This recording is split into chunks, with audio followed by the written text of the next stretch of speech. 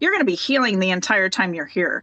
That's part of this Yes. process and ascension. We're going to be clearing out as we move up. So it's never done. The cord cutting, I do it all the time. Oh It's yeah, me consistent. Like, too.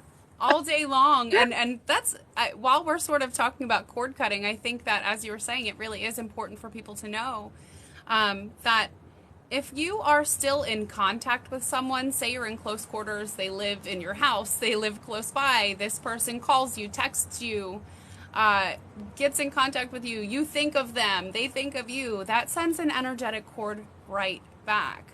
So as long as this person is in your life in some way or in your thought, there will be an energetic cord. And so yeah, it's really important, exactly. as Deb was saying, that this is a consistent thing, that this is a consistent practice.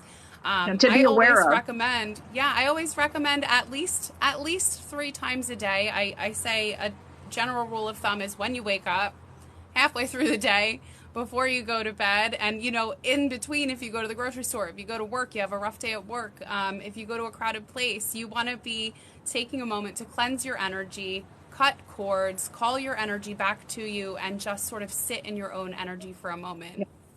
Yeah. Um, like what I notice is my cord will reattach to family members. It's totally normal. Yes. It's also, it will reattach to, past relationships if you allow that communication or you allow Right. that thought pattern to continue to disrupt you. Okay. And so people are like, oh, I just cut that cord with him. I'm like, well, it's attached again because you're either thinking about him or you're allowing him back in your life. And so just know you can't cut a cord to somebody you're allowing back in your life. Okay. Right.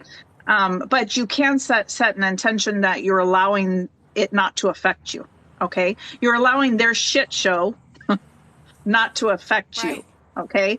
And that's how it's really simple. You have the choice. You hold the power. It's your decision. It's your intent. Intent is everything here.